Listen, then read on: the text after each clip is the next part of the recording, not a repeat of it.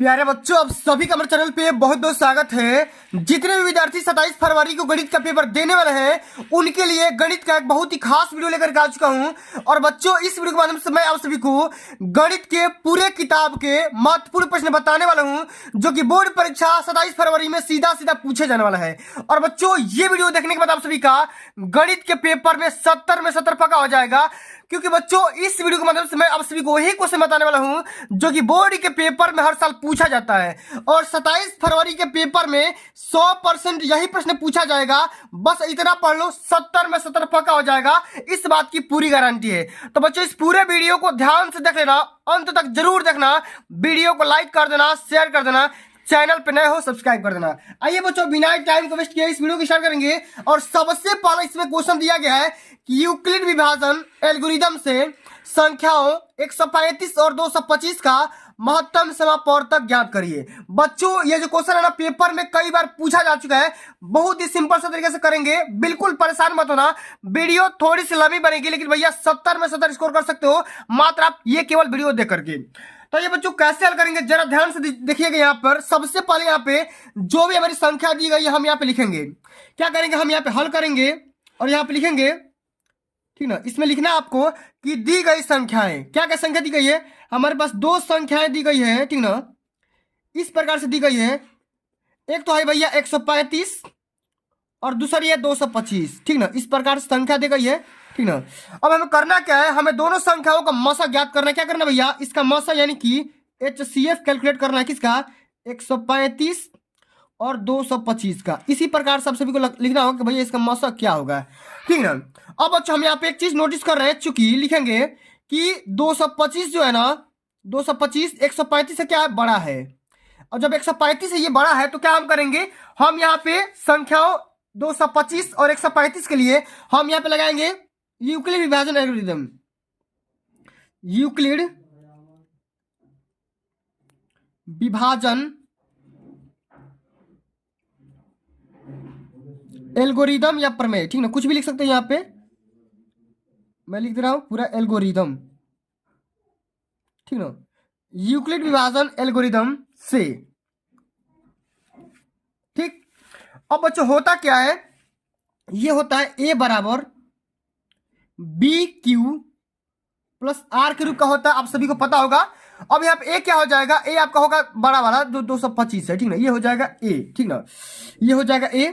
तो हम यहाँ पे क्या रख देंगे, 225 बराबर। अच्छा, बी क्या होता है भैया, बी आपका यहाँ पे ये होता है, क्या हो जाएगा, बी आपका 135 हो जाएगा। हम इसको ए मान लेते हैं, इसको हम बी मान लेते हैं। ए इज ग्रेटर देन बी, ठीक ना। अब देखो यहाँ पे हो जाएगा 135। अब बच्चों क्या करना है आप सभी को, 135 का पहाड़ा पढ़ो कि 225 से कम आ जाए या कट जाए, ठीक ना। तो क्या हो जाएगा, एक बार में जाएगा तो हम यहाँ पे एक लिख लेंगे। और यहाँ पे कितना शेष बचेगा, रिमाइंडर। तो रिमाइंडर का बच जाएगा बच्चों यहाँ पे 90। क्या बच जाएगा, यहाँ पर 90 बच जाएगा, फिर ठीक ना। इसी प्रकार से किया जाता है, आप सभी को पता होगा। ये हो जाएगा ए बराबर बी क्यू प्लस आर के रूप में होता है। अब बच्चों हम क्या करेंगे, फिर हम इसको और इसको लेंगे अगले चरण में। ये आपका हो जाएगा चरण पहला, ठीक ना। ये क्या हो जाएगा, चरण प्रथम में हो जाएगा, ठीक ना। इसी प्रकार से हम अगले चरण में लिखेंगे, तो हम लेंगे अब यहाँ पे 135 को। अब हम इसको 90 से भाग करेंगे तो ये हो जाएगा 90 गुणे का 1 और प्लस में क्या कितना बच जाएगा, 45। कितना बच जाएगा, 45। इसी प्रकार से बच्चों हम तीसरा एल्गोरिथम लगाएंगे। फिर इसी प्रकार से फिर हम इसको लेंगे और इसको लेंगे, तो हम फिर यहाँ पे ए बराबर 90 लेंगे तो ये क्या हो जाएगा, 45 गुणे का 2 और प्लस में हमारा 0। अब बच्चों ये प्रोसेस तब तक किया जाता है जब रिमाइंडर का मान 0 ना आ जाए, ठीक ना। अब जब रिमाइंडर का मान जब 0 हो जाएगा तो यहाँ पे जो भी आपका यहाँ पे ये जो मान बचा बी वाला, ठीक ना, ये जो बी का मान बचा ये क्या हो जाएगा आपका बी जो होगा, ठीक ना। ये आपका जो भी ये बी वाला हो जाएगा, ठीक ना। यही वो क्या हो जाएगा बच्चा, ये आपका हो जाएगा मौसा। क्या हो जाएगा, मौसा हो जाएगा HCF ऑफ 225, ठीक ना, और 135। इसका मौसा क्या हो जाएगा, 45 निकल करके आ जाएगा। और ये बच्चों का क्या हो जाएगा, आंसर है। क्या हो जाएगा, आंसर हो जाएगा। इस प्रकार से आंसर यहाँ पे कर देना है बच्चों। इसी प्रकार से आप सभी को सारे प्रश्नों को हल करना है, सारे प्रश्नों को अटेम्प्ट करना है, ठीक ना। अब चलो बच्चों, अगला जो हमारा क्वेश्चन दिया गया जरा ध्यान से समझिएगा, बिल्कुल सिंपल से क्वेश्चन है, ठीक ना। क्वेश्चन क्या बोल रहा है, ध्यान से समझिएगा। सिद्ध कीजिए कि 7 करणी में 5 एक अपरिमेय संख्या है। सिद्ध करना है कि 7√5 क्या है भैया, एक इरेशनल नंबर भैया, अपरिमेय संख्या है। तो बच्चों इस वाले क्वेश्चन को हम कैसे हल करेंगे जरा ध्यान से देखिएगा। यहाँ पर सबसे पहले बच्चों हम यहाँ पे क्या करेंगे, कल्पना करेंगे, ठीक ना, कल्पना करेंगे, ठीक ना। इसका सोल्यूशन मैं यहाँ पे लिख दे रहा हूँ, ठीक ना। सबसे पहले आप मान लो कि माना, उल्टा मान लेते हैं, माना 7√5 एक क्या है भैया, एक परिमेय संख्या है। अपरिमेय संख्या का उल्टा क्या होता है, परिमेय संख्या। एक परिमेय संख्या है, ठीक है, इतना मान लो। अब जब बच्चों हम मान लेते हैं परिमेय संख्या, तो परिमेय संख्या की परिभाषा क्या होता है, तो बच्चों परिमेय संख्या की परिभाषा होता है कि जिसे हम p/q के रूप में आसानी से व्यक्त कर सकते हैं, ठीक ना, जिसे हम p/q के रूप में आसानी से व्यक्त कर सकते हैं। तो तब हमारा क्या हो जाएगा, तब हम यहाँ पे लिख सकते हैं, तब 7√5 बराबर क्या हो जाएगा, p/q, ठीक ना।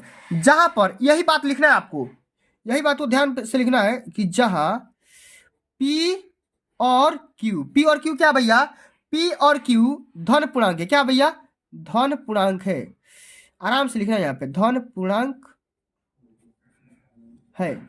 और यहाँ पे एक और बात लिख देना, जहां पर q 0 के बराबर नहीं होगा, जहां पर q 0 के बराबर नहीं होगा, तब बच्चों क्या होगा, तब हम यहाँ पे एक बात और यहाँ पे लिख सकते हैं, आसानी से लिख सकते हैं ये कि p/q बराबर क्या हो जाएगा, p/q बराबर हो जाएगा 7√5, ठीक ना। उसके बाद हम यहाँ पे इसी लाइन को लिख सकते हैं, एक लाइन बढ़ा करके यहाँ पर लिख सकते हैं कि 1 बटा, देखो यहाँ पे लिख सकते हैं 1/7, और यहाँ पे लिख सकते हैं p/q बराबर √5 लिख सकते हैं। इतना लिख सकते हैं कि नहीं लिख सकते हैं, बताओ, जल्दी से बता दो कमेंट करके। अब बच्चों जब इतना लिख सकते हैं तो हम यहाँ पे एक बात और लिख सकते हैं, इसलिए, ठीक ना, इसलिए ये हमारा संख्या यहाँ पे लिखेंगे क्या, तो p/q परिमेय संख्या है, परिमेय संख्या है, परिमेय संख्या है। और 1/7 इंटू p/q बराबर √5, ठीक ना। ये क्या होगा, अगर ये बराबर मत लिखो, ये भी संख्या क्या होगा, जब किसी भी संख्या से गुणा करोगे तो ये भी क्या हो जाएगा, ये भी आपका परिमेय संख्या होगी, परिमेय संख्या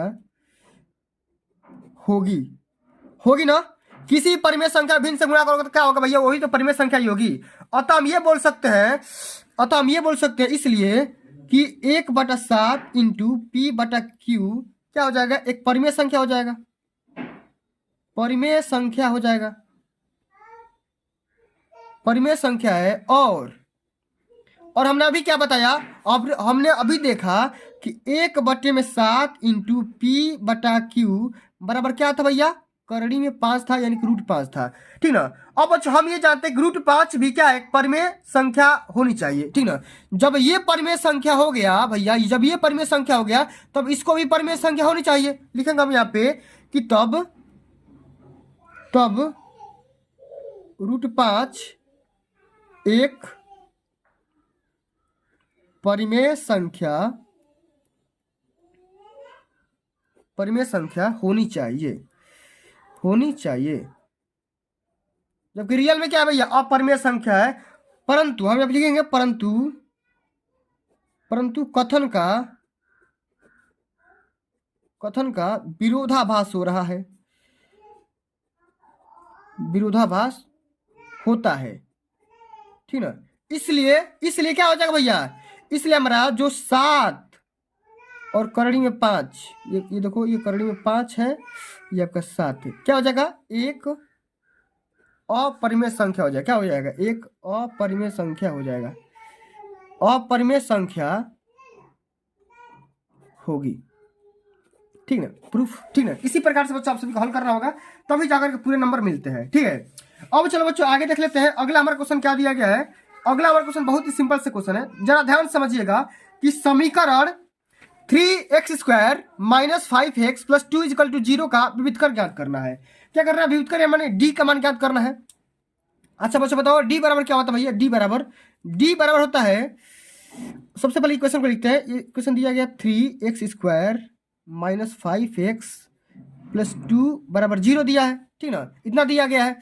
अब देखो इसको हम कंपेयर करेंगे ax² + bx + c = 0 से, तो हमारा क्या हो जाएगा, यहाँ पे a बराबर हो जाएगा बच्चा यहाँ पे 3, b बराबर हो जाएगा हमारा -5 और c बराबर हो जाएगा 2। और हमारा क्या निकालना भैया, d का मान निकालना है, विविधकर का मान क्या होता है, b² - में 4ac होता है। तो बी का मान क्या आ जाएगा, बी का मान माइनस का 5 का स्क्वायर कर दो, माइनस है तो माइनस 4 गुणे ए का मान 3 और सी का मान 2, ये क्या हो जाएगा 25 और ये क्या हो जाएगा 4 3 12 दूनी 24। तो डी का मान क्या हो जाएगा, ये है आपका डी, ये है आपका डी, ये आपका डी बराबर क्या हो जाएगा 25 में से 24 गया 1, ये आपका आंसर हो गया। इसी प्रकार से आप सभी को सारे क्वेश्चन को अटेम्प्ट करने होंगे, ठीक ना। चलिए अब आगे बढ़ जाते हैं। अगला हमारा क्वेश्चन क्या दिया है, जरा ध्यान से समझिएगा। एक आयताकार पार्क की लंबाई उसकी चौड़ाई से 8 मीटर अधिक है, ठीक ना। यदि पार्क का क्षेत्रफल 240 वर्ग मीटर है तो पार्क की लंबाई और चौड़ाई ज्ञात करिए। कैसे हल करेंगे, जरा यहां पर ध्यान से समझिएगा। सबसे पहले बच्चों यहां पे क्या करेंगे, हम सबसे पहले मान लेंगे, ठीक ना। क्या करेंगे, सबसे पहले आपको सपोज कर लेना होगा। हम मानेंगे कि माना पार्क का लंबाई, ठीक ना, मानेंगे पार्क की जो लंबाई होगी एल होगी, ठीक ना, या ए मान सकते हो, ठीक ना, और चौड़ाई को आप बी मान सकते हो, ठीक इतना। अब बोल रहा है कि आयताकार पार्क की लंबाई, जो लंबाई है बच्चों देखो, ये जो लंबाई है वो क्या है, चौड़ाई से 8 मीटर अधिक है। क्या है भैया, 8 मीटर अधिक है, यानी कि बी प्लस क्या हो जाएगा 8 हो जाएगा, ये अधिक है। ये आपका पहला इक्वेशन हो गया। अब बोल रहा है कि यदि पार्क का क्षेत्रफल 240 वर्ग मीटर है। अब बच्चों देखो पार्क का क्षेत्रफल क्या होता है भैया, क्षेत्रफल बराबर क्या होता है, क्षेत्रफल बराबर हो जाएगा, आयत है तो क्षेत्रफल क्या हो जाएगा ए इंटू बी हो जाएगा, ठीक ना। और क्षेत्रफल का मान दिया गया ए इंटू बी, ए इंटू बी का मान कितना दिया गया है 240 दिया गया है, ठीक ना। ठीक, अब देखो ए का मान क्या रख दो, यहाँ पे बी प्लस 8 रख दो, बी प्लस 8 रख दो, ठीक ना, और गुणे बी रख दो, तो बराबर क्या हो जाएगा 240 हो जाएगा, ठीक है। अब क्या करो, यहाँ पे देखो बी स्क्वायर प्लस में ये हो जाएगा 8 इंटू बी बराबर 240, ठीक है, इतना हो गया। अब बच्चों हम करें क्या, इसको ध्यान से समझिएगा। अब यहाँ पे देखो इसको इधर लाओ तो ये हो जाएगा B square plus 8b minus 240 बराबर क्या हो जाएगा 0। अब बच्चों क्या करना होगा, इसका फैक्टर करना होगा, ठीक ना। अब 240 का फैक्टर करते हैं तो ये क्या हो जाएगा, ये 240 के जब फैक्टर करेंगे तो देखो हमको गुणा करके 240 लाना है और घटा के आपको 8 लाना है, तो हम 20 और 12 का फैक्टर लेंगे, ठीक ना। 20 और 12 का फैक्टर लेंगे तो 20 से 12 में गुणा करोगे, 20 से 12 में तो 240 आ जाएगा, और 20 में से 12 घटाओगे तो आपका 8 आ जाएगा, ठीक ना। इसी प्रकार से हल करना होगा तो ये हो जाएगा बी स्क्वायर प्लस आप सभी का यहाँ पे हो जाएगा 20b माइनस में ये 12b माइनस ये 240 बराबर 0, ठीक ना। अब कॉमन कर लो, इसमें कॉमन हो जाएगा b, ये हो जाएगा b प्लस 20 और इसमें हो जाएगा माइनस का 12, ये हो जाएगा b प्लस में 20 बराबर क्या हो जाएगा 0। अब देखो दोनों में कॉमन क्या दिख रहा है, दोनों में हमको कॉमन दिख रहा है b प्लस 20, अब इसमें कॉमन दिख रहा है b माइनस 12, ठीक ना, इतना बराबर 0 हो जाएगा। अब बच्चों बारी बारी से 0 करते हैं तो ये हो जाएगा b प्लस 20 बराबर 0, तो क्या हो जाएगा b बराबर माइनस का 20 हो जाएगा। इसी प्रकार से अगेन हम करेंगे b माइनस 12 बराबर 0, तो b बराबर क्या हो जाएगा, b बराबर हो जाएगा 12, क्या हो जाएगा b बराबर हो जाएगा 12, ठीक ना। अब बच्चों हम क्या करेंगे, हम यहाँ पे b का मान 12 रख लेंगे, क्योंकि जो लंबाई का मान होता है ना वो निगेटिव नहीं होता, इसलिए ये अमान्य हो जाएगा, ये मान्य होगा। तो हमने चौड़ाई निकाल लिया कितना भैया, चौड़ाई हमने निकाल लिया 12। अब हमको लंबाई निकालना है, ये आपका क्या हो गया चौड़ाई हो गया, चौड़ाई आपका 12 हो गया। और लंबाई क्या था भैया, लंबाई आपका था ए मतलब ए, और ए बराबर क्या था भैया b प्लस 8, और b का मान आपने निकाला 12 प्लस 8, क्या हो जाएगा आपका 20 सेंटीमीटर, क्या हो जाएगा 20 सेंटीमीटर, यहाँ पे सेंटीमीटर लिख दो, ठीक ना। ये आपका क्या हो जाएगा आंसर हो जाएगा, क्या हो जाएगा आंसर हो जाएगा। इसी प्रकार से आप सभी को सारे प्रश्नों को टच करना है, तभी जाकर के भैया पूरे नंबर मिलेंगे, ठीक ना। आइए बच्चों अब अगला हमारा क्वेश्चन पूछा गया है, त्रिकोणमितीय क्वेश्चन है, सिद्ध करने वाला है कि सिद्ध कीजिए कि 1 plus 1 minus ten theta upon 1 minus cot theta का होल स्क्वायर बराबर सेक स्क्वायर थीटा। ये आपको प्रूफ करना है बच्चों। ये जो क्वेश्चन है पेपर में कई बार पूछा जा चुका है और अब की बार आने का चांसेस बहुत ज्यादा है। हम यहाँ पे हल करेंगे, ध्यान से समझिएगा, ठीक ना। चलिए यहाँ पे दो पक्ष दिया है, तो सबसे पहले हम यहाँ पे क्या करेंगे LHS यहाँ पे लिख देंगे और LHS से हम RHS को प्रूफ करने की कोशिश करेंगे, ठीक ना। LHS बराबर क्या दिया है, ये आपका दिया है यहाँ पे 1 प्लस, ये दिया 1 प्लस टेन थीटा, सॉरी यहाँ पे 1 माइनस है, ठीक है, ये क्या है ये 1 माइनस है, ठीक है। ये आपका हो जाएगा 1 माइनस कॉट थीटा, ठीक है, इसका स्क्वायर करना है और आपको क्या लाना है सेक स्क्वायर थीटा लाना है। तो बच्चों हम टेन थीटा और कॉट थीटा को साइन और कास में तोड़ देंगे तो हमारा क्या हो जाएगा, ये हो जाएगा 1 प्लस ये हो जाएगा 1 माइनस ये क्या हो जाएगा साइन थीटा और बट्टे में ये हो जाएगा कॉस थीटा। इसी प्रकार से ये क्या होगा 1 माइनस ये क्या हो जाएगा कॉस थीटा बटा में ये क्या हो जाएगा साइन थीटा। और सबका क्या कर दो भाई ऊपर वाला का स्क्वायर कर दो, ठीक ना, इस प्रकार से। अब चलो आगे देख लेते हैं, इसका एलसीएम लेंगे तो क्या हो जाएगा cos theta minus sine theta, इसी प्रकार से sine theta minus cos theta हो जाएगा, ठीक ना।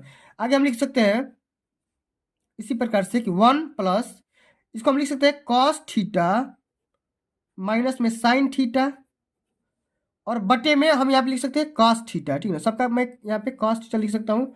और बच्चों एक बात क्या करना है, इसको उलट देना, ठीक ना। क्या करना, पलट देना, ठीक ना। क्या होगा, ये हो जाएगा साइन थीटा ऊपर चला जाएगा, भाग में है तो इसे जब गुणा करोगे तो क्या हो जाएगा मान पलट जाएगा, ये ऊपर में आ जाएगा साइन थीटा और नीचे में क्या होगा देखो ये sine theta minus cos theta हो जाएगा, ये हो जाएगा साइन थीटा माइनस में क्या होगा कॉस थीटा हो जाएगा। और क्या करना भाई सबका स्क्वायर कर दो, सबका स्क्वायर कर दो, ठीक है। इसी प्रकार से हल करना होगा। अब अच्छा हम आगे देखेंगे तो अगला हमारा इस टर्म में क्या लिखेंगे 1 प्लस, अब देखो cos थीटा और माइनस में साइन थीटा लिखा गया है, ठीक ना। इसी प्रकार से तो हम यहाँ पे क्या करेंगे साइन को चेंज कर लेंगे, ठीक ना, साइन को चेंज कर लेंगे और यहाँ पे साइन बटे में कास है ना तो उसको हम tan में चेंज कर देंगे। तो ध्यान से समझो मैं क्या बताने की कोशिश कर रहा हूँ, मैं यहाँ पे ऊपर लिख सकता हूँ, ऊपर मैं एक बात मैं लिख सकता हूँ, यहाँ पे देखो कि ये और ये आपस में -1 बार में कट सकता है, कितने बार में -1 बार में, ये जो होगा पद ये इस पद से कट जाएगा कितने बार में -1 बार में, ठीक ना। और ऊपर क्या बच जाएगा आपका यहाँ पे ब्रैकेट में माइनस साइन थीटा और बटे में क्या हो जाएगा कॉस थीटा बच जाएगा, माने इतना बार में कट जाएगा और इसका स्क्वायर कर दो, ठीक है। अब बच्चों इस वाले पद को क्या लिख सकते हैं, इस वाले पद को हम लिख सकते हैं 1 और ये देखो ये आपका हो जाएगा, ये माइनस का जब स्क्वायर करोगे तो सेम से वही वाला आएगा पद, ये क्या हो जाएगा 1 प्लस ये आपका हो जाएगा माइनस में लिख सकते हो इसको क्या लिख सकते हो tan theta, tan theta square कर दो। अब अगली लाइन में इसका स्क्वायर कर दो तो ये क्या हो जाएगा 1 प्लस tan स्क्वायर थीटा, क्या हो जाएगा tan स्क्वायर थीटा। अब बताओ 1 प्लस tan स्क्वायर थीटा क्या होता है भैया, ये होता है सेक स्क्वायर थीटा, क्या होता है सेक स्क्वायर थीटा, जो कि हमको क्या दिया था RHS में दिया था, क्या दिया था RHS में यहाँ पे दिया गया था, यही हमको प्रूफ भी करना था। तो बच्चों इसी प्रकार से हम सभी को सारे प्रश्नों को टच करना है, हल करना है, ठीक है।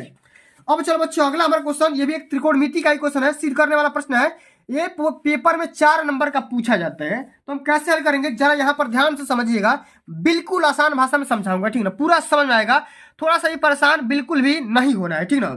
चलिए अब देखो बच्चों अगला हमारा क्वेश्चन यहाँ पे दिया गया है, सिद्ध करना है, इसका सोल्यूशन हम यहाँ पे लिख दे रहे हैं, ठीक है। सबसे पहले LHS को लेंगे, LHS में हमारा क्या दिया गया है, LHS में दिया गया आपका cot A, क्या दिया गया है cot A माइनस में cos A बटे में दिया गया आपका cot A प्लस में cos A दिया है, इतना बच्चों आपको दिया गया है। तो जानते हो बच्चों आप क्या करो, सबसे पहले जो आपका cot थीटा दिया है ना, cot A दिया है, इसको साइन और कास में चेंज कर दो, क्या कर दो साइन और कास में चेंज कर दो। आइए चेंज करते हैं, cot थीटा बराबर क्या होता है cos A बटे में ये हो जाएगा साइन A, ये हो जाएगा माइनस में cos A, फिर ये आपका होल बटा हो जाएगा, ये हो जाएगा cos A बटा में साइन A, ये आपका प्लस प्लस ये आपका cos A हो जाएगा। इतना चीज करने के बाद बच्चों आगे क्या करेंगे, अब साइन A का लसा लेंगे तो क्या हो जाएगा, ऊपर में हो जाएगा cos A माइनस ये क्या हो जाएगा cos A into sine A हो जाएगा, cos A into sine A हो जाएगा। इसी प्रकार से अब देखो बटे में साइन है और बटे में साइन है, तो यहाँ पे लिख दे रहा हूं मैं बटे में साइन A, ठीक है। इसी प्रकार से जब होल बटा करोगे इसी प्रकार से तो ये हो जाएगा cos A प्लस में cos A into sine A, और इसका बटा क्या हो जाएगा भाई, इसका बटा क्या हो जाएगा साइन A। अब बच्चों आप साइन A से साइन A काट सकते हो, कोई दिक्कत की बात नहीं है, इस प्रकार से हटा सकते हो, ठीक ना, लेकिन काटने का प्रभाव नहीं होता है, ठीक ना। अब यहाँ ऊपर में क्या हो गया cos A minus cos A into sine A बटे में क्या बच गया cos A, ठीक ना, प्लस में यहाँ पे cos A into sine A, इतना बच गया ना। अब बच्चों हम क्या करेंगे, हम ऊपर में cos A और नीचे में cos A आपको कॉमन करना होगा, क्या करना होगा कॉमन। आइए कॉमन करते हैं भाई बढ़िया से, ऊपर में जब cos A कॉमन करोगे तो क्या बच जाएगा, ये बचेगा 1 माइनस साइन A, ठीक है, और बटे में क्या बच जाएगा, ये बच जाएगा आप सभी का, फिर ये कॉमन करोगे cos A तो ये क्या हो जाएगा 1 प्लस में साइन A, ठीक है, इतना चीज। अब बच्चों देखो यहाँ पे ध्यान दो, ध्यान देने वाली बात क्या है, ध्यान देने वाली बात यहाँ पे ये है बच्चों कि काश ए कैंसिल आउट हो जाएगा और यहाँ पे क्या बच गया 1 माइनस साइन ए बटा में ये 1 प्लस में साइन ए हो जाएगा, इतना चीज। ठीक ना, इतना चीज आपका बच गया। अब बच्चों हमको क्या करना है आप सभी को कि कोसेक में लाना है। तो कोसेक में लाना तो भैया क्या हो जाएगा, कोसेक में लाना होगा तो साइन थीटा का उल्टा होता है। तो ये देखो 1 माइनस 1 अपान में कोसेक ए, इसको लिख सकते हो कोसेक ए बटा में 1 प्लस में 1 बटा में कोसेक ए। ठीक है, तो अब इसका भी सेम वही वाला तरीका अपना दो। ये क्या हो जाएगा कोसेक ए माइनस में 1 और बटा में क्या हो जाएगा ये हो जाएगा कोसेक ए और प्लस में 1 होगा और नीचे वाला कोसेक ऊपर वाला कोसेक से क्या हो जाएगा कैंसिल आउट हो जाएगा और यही आपका RHS हो जाएगा, क्या हो जाएगा RHS हो जाएगा और हेंस प्रूव्ड हो जाएगा। इसी प्रकार से बच्चों सवाल को हल करना होगा। ठीक ना, अब चलिए बच्चों अगला हमारा क्वेश्चन क्या दिया गया है, जरा ध्यान से समझिएगा, बिल्कुल सिंपल सा क्वेश्चन है। ठीक ना, क्वेश्चन क्या दिया गया कि उस त्रिभुज का केंद्रक ज्ञात कीजिए जिसके शीर्ष 7,5 5,7 और -3,3 है। ठीक ना, तो कैसे हल करेंगे, केंद्रक निकालना है। ठीक ना, केंद्रक निकालने का फॉर्मूला क्या होता है, तो बच्चों केंद्रक निकालने का जो फार्मूला होता है मैं यहाँ पे लिख दे रहा हूँ। ठीक ना, केंद्रक इसे मान लो, केंद्रक निकालने का जो भी त्रिभुज होगा उसका केंद्रक निकालने का जो तरीका होगा यहाँ पे सॉल्यूशन। ठीक है, केंद्रक इसे मान लो यहाँ पे x होगा एक केंद्रक, तो x का फार्मूला क्या होता है भाई, x का x1 प्लस में x2 प्लस में x3 और बटे का 3। इसी प्रकार से y बराबर क्या हो जाएगा, ये हो जाएगा y1 प्लस में y2 प्लस में y3 और बटे का 3 हो जाएगा। x और y का मान निकाल लेते हैं, ये हो जाएगा x बराबर क्या हो जाएगा, x बराबर, अब देखो इसको आप x1 मानो, इसको x2 मानो, इसको x3 मानो, इसी प्रकार से y1 y2 y3। ठीक ना, तो x1 बराबर क्या दिया है 7, फिर 5, फिर -3 है तो -3 यहाँ पे रख दो और बटे में क्या लिख दो यहाँ पे 3। इसी प्रकार से x का मान निकल गया, इसी प्रकार से y का मान निकालो, क्या हो जाएगा 5 + 7 + 3 बटे का 3। तो यहाँ पे क्या हो जाएगा x बराबर जो हो जाएगा 7 5 12 और 12 में से 3 गया 9 और 9 बटे का 3, ये हो जाएगा 3 और ये y बराबर क्या हो जाएगा 7 5 12 3 15, 15 बटा में 3 माने 5। तो जो बच्चों केंद्रक x y होगा इसका मान क्या हो जाएगा 3,5 हो जाएगा, क्या हो जाएगा 3,5 हो जाएगा। इस प्रकार से सभी को केंद्रक निकाल लेना है, ये आपका आंसर हो जाएगा। ठीक है, आगे समझ में आ गया तो वीडियो को प्यार से लाइक कर दो। ठीक ना, वीडियो को प्यार से लाइक कर दो, बहुत ही संघर्ष लगता है भाई इस ऐसा वीडियो क्रिएट करने में। चलो अब अगला हमारा क्वेश्चन पूछा गया, बच्चा ध्यान से समझिएगा, बिल्कुल सिंपल सा क्वेश्चन है। ठीक ना, कि किसी पेड़ की छाया उसकी ऊंचाई से √3 गुनी है। ठीक ना, किसी पेड़ की छाया उसकी ऊंचाई से कितनी गुनी है, √3 गुनी है। तो सूर्य के उन्नयन कोण का मान ज्ञात करना भाई, उसका उन्नयन कोण का मान क्या होगा। ठीक ना, आइए समझते हैं भाई, सोल्यूशन करते हैं। सबसे पहले बच्चों एक पेड़ बनाते हैं। ठीक ना, एक यहाँ पे पेड़ बनाते हैं। ठीक ना, अब ये इसका जमीन बनाते हैं। ठीक ना, अब इसका जो उन्नयन कोण होगा, ये जो पेड़ है, ठीक ना, पेड़ का उन्नयन कोण माने ये नीचे वाला है, ये आपका उन्नयन कोण होता है नीचे वाला, कितना है भाई नीचे, यही आपको कैलकुलेट करना है। ठीक है, अब देखो जो भी उसकी छाया है, जैसे मान लो ये पेड़ है, ठीक ना, इसकी छाया कहाँ तक जा रही है, यहाँ तक जा रही है। ठीक ना, छाया से √3 गुनी, अगर मान लो कि छाया अगर x है, ठीक ना, उसकी ऊंचाई से, अगर मान लो ऊंचाई उसका x है तो उसकी छाया क्या हो जाएगी भैया, ऊंचाई से √3 गुनी हो जाएगी, माने √3 गुना हो जाएगा, √3 × x हो जाएगा, या x √3 हो जाएगा। ठीक है, x √3 मान लो। ठीक है, इतना चीज से मान लो, देखो बोला गया पेड़ की छाया ये है। से मान लो ये पेड़ है, अगर इधर सूर्य होगा तो रोशनी मारेगा। ठीक ना, तो इधर इसकी छाया आएगी ना, यहाँ से लेकर यहाँ तक छाया हो गई। जब छाया इतना हो गया तो इसकी क्या हो भैया, ऊंचाई से, ऊंचाई हमने मान लिया भैया इस पेड़ की ऊंचाई कितना है, x मीटर है। ठीक है, या x सेंटीमीटर है। इसकी ऊंचाई से जो छाया कितना है, x √3 है, माने कि 3 गुना है। ठीक है, इसी प्रकार से कर देंगे। अब बच्चों हमें करना क्या होगा, इसका उन्नयन कोण निकाला होगा, इसका थीटा का मान निकालना होगा। तो हम यहाँ पे फार्मूला लगाएंगे tan थीटा, क्या निकालेंगे tan थीटा। tan थीटा बराबर क्या होता है, लंब बटा में आधार होता है। क्या होता है, लंब बटा में आधार होता है। ठीक है, अब देखो tan थीटा बराबर क्या हो जाएगा बच्चा, लंब कितना है आपका x है और आधार कितना है भैया, x √3 है। ठीक ना, अब देखो x से x कैंसिल आउट हो जाएगा, तो हमारा tan थीटा का मान कितना आ गया, tan थीटा का मान बच्चों आ गया यहाँ पे 1 बटा में √3। अब बताओ √1/√3 किसका मान होता है बच्चा? tan कितने डिग्री का मान होता है? तो tan थीटा के जगह पर हम यहाँ लिख सकते हैं tan 30 डिग्री। ठीक है, तो यहाँ से जो थीटा का मान होगा वो क्या निकल करके आ जाएगा? 30 डिग्री निकल करके आ जाएगा। इस प्रकार से हमारा ये राइट आंसर हो जाएगा। इसी प्रकार से हल करोगे पक्का नंबर मिलेगा भाई, एक भी नंबर ना कटेगा। ठीक है, चलो आगे बढ़ जाए। अगला हमारा क्वेश्चन फिर भी एक त्रिकोणमितीय क्वेश्चन है, थोड़ा सा इसका हाई लेवल है। ठीक है, थोड़ा सा लेवल मैंने बढ़ाया हुआ है। इसमें क्वेश्चन क्या बोल रहा है कि भूमि से 60 मीटर की ऊंचाई पर एक पतंग उड़ रही है। पतंग से लगी डोरी में अस्थायी रूप से भूमि के एक बिंदु से बांध दिया गया है और भूमि के साथ डोरी का झुकाव 60 डिग्री है। यह मानकर कि डोरी में कोई ढील नहीं है, ठीक ना, तो डोरी की लंबाई ज्ञात करना है। ठीक ना, तो बच्चों हम कैसे हल करेंगे जरा ध्यान दीजिएगा। आओ भाई सॉल्यूशन करते हैं। सबसे पहले बच्चों यहाँ पे देखो, भूमि से 60 मीटर की ऊंचाई पर एक पतंग उड़ रही है। इसे मान लो ये आपका जमीन है, मैंने यहाँ पे बना दे रहा हूँ पूरा बढ़िया से डिटेल में ताकि समझ में आए। ठीक, ये आपका जमीन है। यहाँ से 60 मीटर की ऊंचाई पर, यहाँ से 60 मीटर की ऊंचाई पर ये रहा आपका पतंग, ये रहा आपका पतंग। ठीक ना, कितना ऊंचाई है? 60 मीटर की ऊंचाई है। ठीक ना, अब देखो पतंग से लगी डोरी में अस्थायी रूप से भूमि में बांध दिया गया है। भूमि में क्या बांध दिया गया भैया? यहाँ से यहाँ तक बांध दिया गया है। ठीक ना, मान लो कि यहाँ से बांध दिया गया है। पतंग तो भाई ऐसे ही उड़ता है ना तिरक में। ठीक ना, बांध दिया गया और ऐसा बोला गया कि भाई डोरी में थोड़ा भी ढीला नहीं है, कोई भी ढीलापन नहीं है। और इसका जो झुकाव एंगल है वो कितना है भाई? 60 डिग्री है। क्या है? 60 डिग्री है। ये आपका एंगल दिया है झुकाव कोण। तो यह मानकर कि डोरी में कोई ढील नहीं है, तो डोरी की लंबाई ज्ञात करना है। डोरी की लंबाई मान लो x है, इसको x ज्ञात करना है। ठीक ना,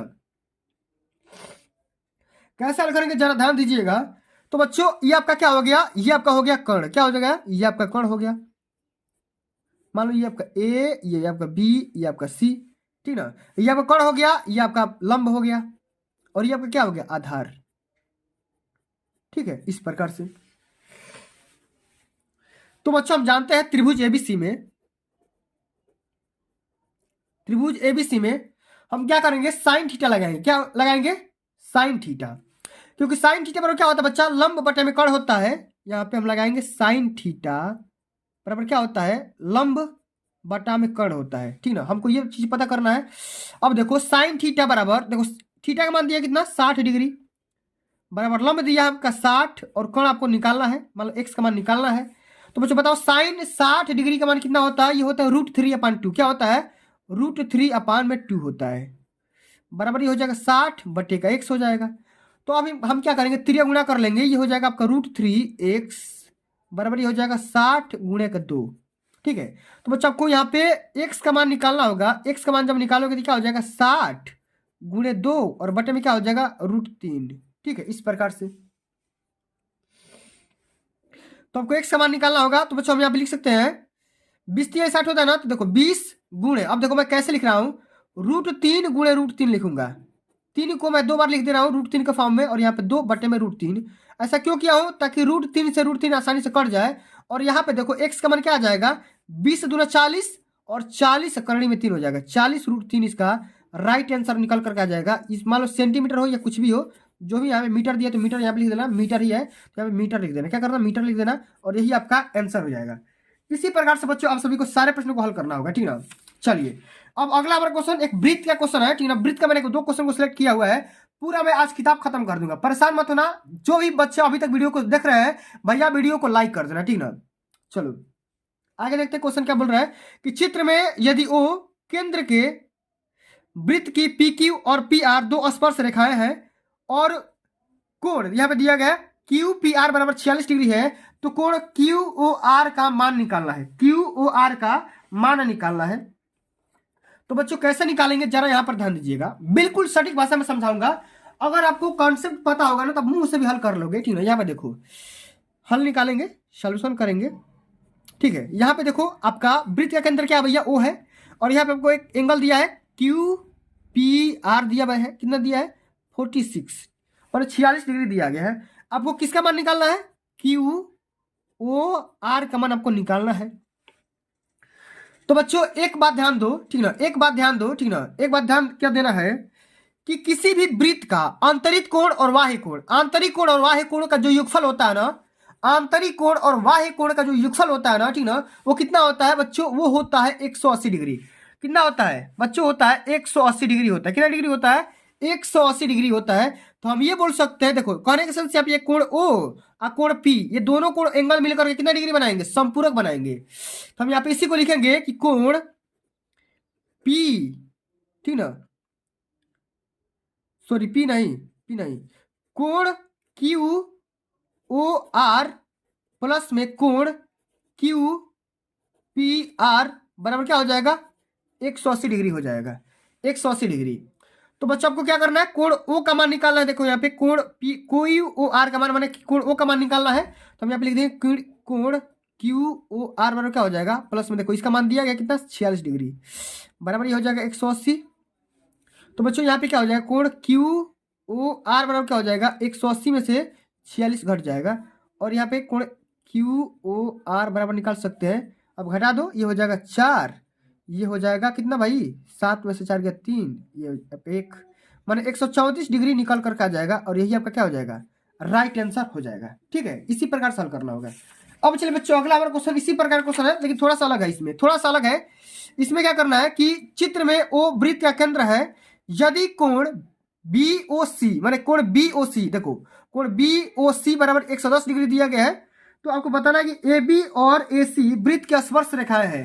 ए बी और ए सी क्या है भैया, वृत्त का स्पर्श रेखाएं है, ठीक ना।